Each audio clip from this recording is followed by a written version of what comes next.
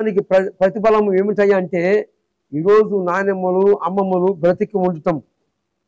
ఈరోజు అదే క్రమము గనక ఉన్నట్లయితే ఈరోజు ఈ లోకములో, ఈ మానవ సృష్టిలో, ఈ ఇండియాలో ఎవరు మనుషుడి యొక్క మనుగడే ఆగిపోయేది.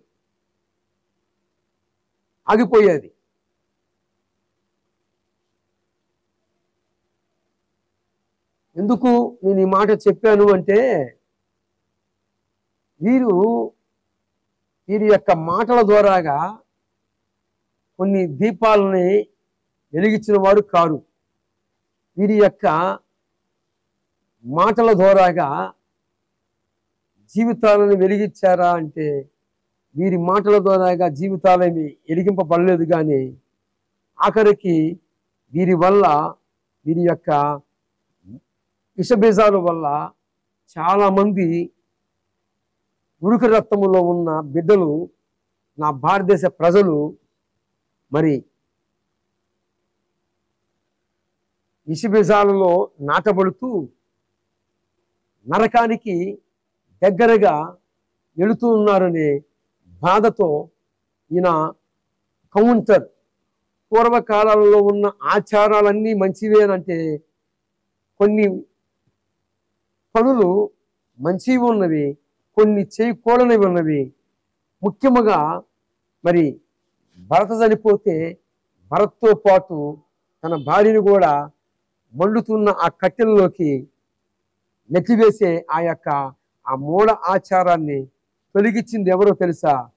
మరి నా భారతదేశము అలా ఎలా, భారతదేశం నా మాతృభూమి అని నేను చెప్తాను. కానీ ఈరోజు భారతదేశంలో, ఈ యొక్క ఇండియాలో మరి అమ్మమ్మలు, నానమ్మలు, ఆఖరికి ఇలాంటి ప్రలోభాలు పలుకుతున్న వీరు కూడా ఉన్నారు అంటే మరి ఎవరి యొక్క భిక్షో తెలుసా? క్రీస్తు యొక్క భిక్ష, ప్రభువుని యేసు క్రీస్తు వారి యొక్క కృప. కరుణాకర సుగుణైనా, బోకర లలిత కుమారైనా, రాధా మనోహర దాస్ అయినా భగవంతుడు యొక్క కృప వల్ల వీరు ఉన్నారు. ఉండటానికి కారణం ఏమిటి? ఫస్ట్ అమ్మమ్మలు, నానమ్మలు ఉంటేనే కదా మానవ జాతి మనుగడ సాగుంది. మరి అమ్మమ్మలు, నానమ్మలు మరి ఆనాడే ఆ మూఢ ఆచారాలు ఇప్పుడు కూడా కంటిన్యూ అవుతుంటే ఈ రోజున మరలా ఎవరు ఉండేవాళ్ళు కారు. ఈ సంగతి వీరికి తెలియదు. ఎవరు? ఈ బోకర లలిత కుమారు, రాధా మనోహర దాసు, మరి కరుణాకర సుగుణాకి ఈ యొక్క సంగతి సతీ సగమనం అనేది ఉన్నదని,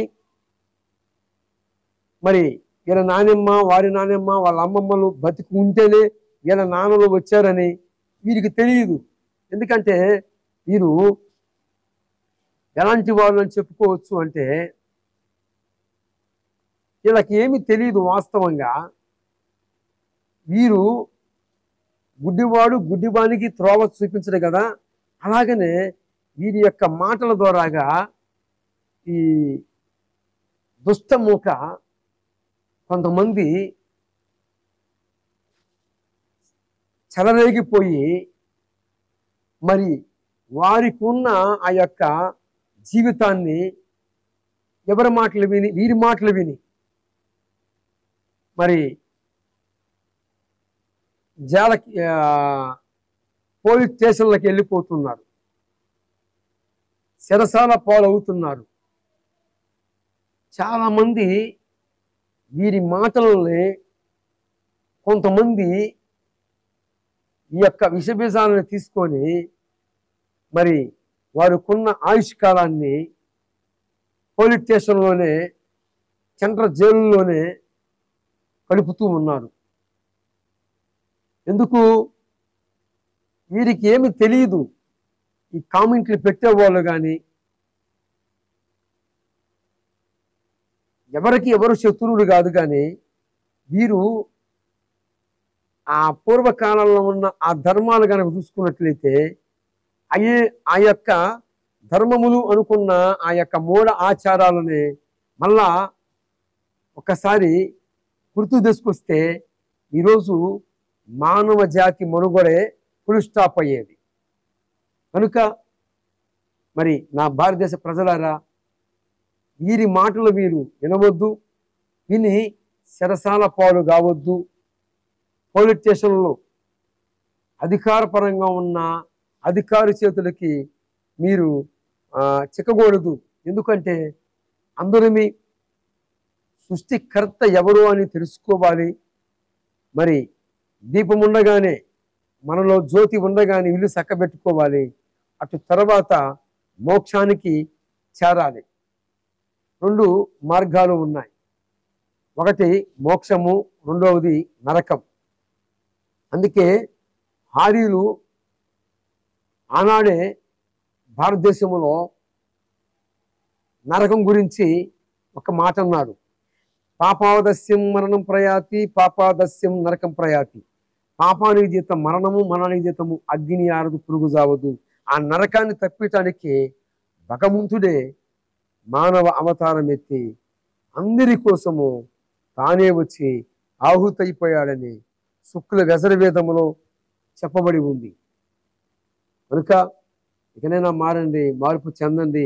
ఇలాంటి వ్యక్తులు మాటలు విని కామెంట్లు పెడుతున్న వాళ్ళరా, మొదటిగా మీకు సాక్షిగా మరి వచ్చేది ఎవరో తెలుసా?